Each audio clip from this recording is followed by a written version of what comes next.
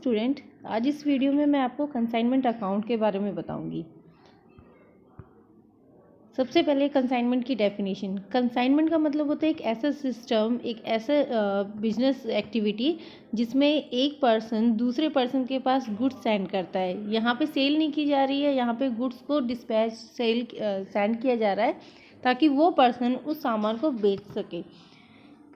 Consignment पे दो parties होती है। सबसे पहले होती है कंसाइनर, मतलब जो ओनर होता है उस ओनर को हम कंसाइनर बोलते हैं, और ऐसा पर्सन जो गुड्स को रिसीव कर रहा है उसे कंसाइनी बोला जाता है, और वो एज ए एजेंट के रूप में काम करता है।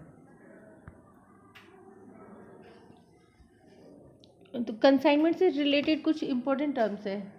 सबसे पहले कंसाइनर, जो मैंने अभी बताया था आपको कि कंसाइनर का मतलब है एक ऐसा पर्सन जो गुड्स को सेंड करता है, किसी दूसरे व्यक्ति को बेचने के लिए देता है, उसे बोला जाता है कंसाइनर। वो गुड्स का एक्चुअल ओनर होता है। ऐसा पर्सन जो गुड्स को रिसीव कर रहा है और एज ए एजेंट वो उसको बेचेगा, उसको बोला जाता है कंसाइनी। और ये जो एक्टिविटी है जिसके थ्रू ये सारा काम किया जा रहा है, ऐसे बिजनेस अरेंजमेंट को जिसके थ्रू हम कंसाइनर जो है वो कंसाइनी के साथ डील करता है, उसे बोला जाता है कंसाइनमेंट।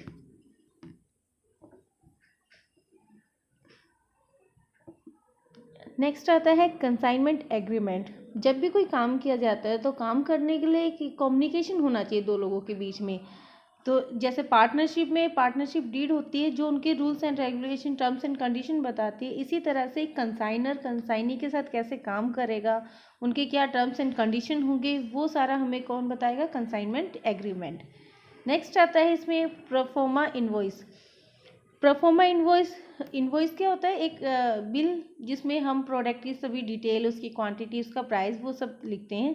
इसी तरह से जब एक कंसाइनर कंसाइनी के पास गुड्स सेंड करता है तो वो उसके साथ एक इनवॉइस तैयार करता है जिसमें उस गुड्स की सारी डिटेल होती हैं कि उनका प्राइस क्या है, क्या क्वांटिटी है। उस ऐसी स्टेटमेंट को हम क्या बोलते हैं? Proforma invoice.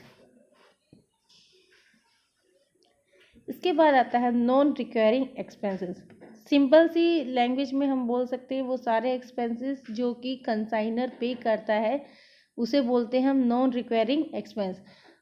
कंसाइनी के पास सामान पहुंचाने तक जो भी कंसाइनर खर्चा करेगा वो सारा ही खर्चा होता है नॉन रिक्वायरिंग एक्सपेंस। नेक्स्ट आता है रिक्वायरिंग एक्सपेंस। जब कंसाइनी के पास वो सामान पहुंच जाता है तो उस सामान को मेंटेन, उन गुड्स को मेंटेन करने के लिए वो जितना भी खर्चा करेगा उसे बोलते हैं हम रिक्वायरिंग एक्सपेंस। नेक्स्ट आता है कमीशन। जो कंसाइनमेंट की बात हो रही है, कंसाइनमेंट में ओनर कोई और है, किसी और को गुड्स दिए जा रहे हैं। अब वो पर्सन जब गुड्स रिसीव कर रहा है तो वो किसी रीजन से तो बेचेगा, उसको भी कुछ बेनिफिट होगा। तो यहाँ पे कंसाइनर जो है, कंसाइनर कंसाइनी को एज एजेंट काम दे रहा है, वो उसकी गुड्स दे रहा है, वो उसे बेचेगा। तो उस गुड्स को बेचने के लिए वो कुछ कमीशन चार्ज करेगा। उस कमीशन को हम यहाँ पे उसका बेनिफिट जो है, उसका रिवार्ड है, उसे हम कमीशन कहते हैं। कमीशन के काफ़ी टाइप्स होते हैं, वो मैं आपको नेक्स्ट वीडियो में समझाऊंगी। नेक्स्ट आता है अकाउंट सेल। कंसाइनर एक पर्टिकुलर कंसाइनमेंट में, एक पर्टिकुलर जो उनकी डील हुई है कंसाइनर के साथ, उसमें जितने भी गुड्स वो सोल्ड करेगा, जितना भी अमाउंट उसे रिसीव होगा कस्टमर से, जितने भी उसने एक्सपेंस किए हैं या उसका जो कमीशन है, वो सब चार्ज करके वो एक स्टेटमेंट तैयार करेगा, और उस स्टेटमेंट को क्या बोला जाता है? Account cell. नेक्स्ट आता है एडवांटेजेस ऑफ कंसाइनमेंट। कंसाइनमेंट करने का बेनिफिट क्या होता है? सबसे पहले अपनी जो सेल होती है, सेल्स को इंक्रीज करने के पर्पस से कंसाइनमेंट किया जाता है। जैसे एक बिजनेस की बात करें, एक पर्टिकुलर एरिया में आप वो बिजनेस कर रहे हैं, आपके पास कैपेबिलिटी है, आप और भी प्रोडक्शन कर सकते हैं, लेकिन आप करेंगे नहीं क्योंकि वो गुड्स आप हर जगह सोल्ड नहीं कर सकते। दूसरी जगह बेचने के लिए वहीं आपको अपना कोई भी शोरूम, शॉप वो ओपन करना होगा। तो यहाँ इसका ये बेनिफिट होता है कि जब आप कंसाइनमेंट देते हैं किसी को तो आपको अपना वहाँ पे सेटअप नहीं करना पड़ता, बिजनेस सेटअप करने की ज़रूरत नहीं है। आपको अपना कोई भी जो भी शॉप है वो ओपन करने की ज़रूरत नहीं होती है। उस पर्सन जो एजेंट है, एजेंट ऑलरेडी उस एरिया में काम कर रहा है, आपने वो सामान दिया, वो एजेंट के थ्रू बेचा जाएगा, तो इससे क्या होता है, अलग अलग एरिया में आप अपने प्रोडक्ट को बेच पाते हैं, तो ये आपके बिजनेस को इंक्रीज़ करता है। सेकंड आता है कि यहाँ इन्वेंट्री कॉस्ट जो होती है वो डिक्रीज़ हो जाती है, क्योंकि कंसाइनर क्या कर रहा है, कंसाइनर सबको कंसाइनमेंट दे रहा है, सामान दे रहा है कंसाइनर को, तो वो खुद स्टॉक इतना होल्ड करके नहीं रखेगा, तो जो होल्डिंग कॉस्ट होती है किसी भी इन्वेंट्री को रखने की, वो यहाँ पे डिक्रीज़ हो जाती है। थर्ड आता है इंसेंटिव्स टू कंसाइनी। अब कंसाइनी काम कर रहा है, सेल्स में हेल्प कर रहा है, इंक्रीज कर रहा है सेल, तो इन सभी पर्पस के लिए कंसाइनर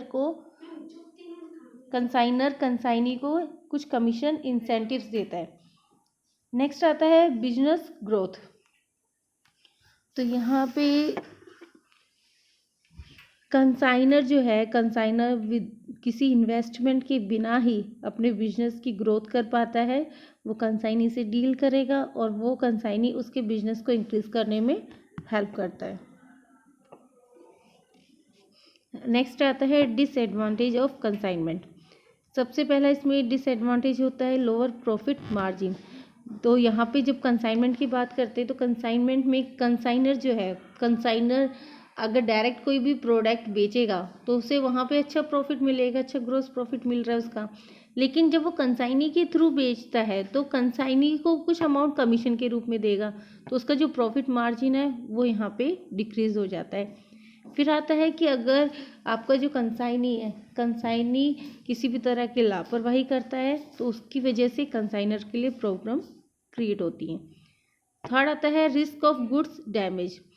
क्योंकि जो ओनरशिप है, ओनरशिप गुड्स की ट्रांसफ़र नहीं हुई है, एक्चुअल में कंसाइनर ही ओनर होता है, तो जितने भी गुड्स का डैमेज होता है वो उसकी रिस्पॉन्सिबिलिटी, उसका रिस्क कंसाइनर का रहता है। चाहे कंसाइनी की मिस्टेक हुई है लेकिन सारा रिस्क किसका रहेगा, कंसाइनर का। इसके बाद आता है हाई चार्जेस। तो यहाँ पे जब कंसाइनी वो सामान रख रहा है, कोई भी काम कर रहा है, तो उसके लिए वो काफ़ी चार्जेस लेता है। फिर कंसाइनर जो सामान भेजेगा, शिपिंग चार्जेस है वो भी इंक्रीज़ हो जाते हैं जब वो दूसरी जगह सामान को भेजता है। तो कंसाइनी तक सामान भेजने में प्लस कंसाइनी जो है वो भी उस सामान को मेंटेन करने के लिए काफ़ी खर्चा करता है।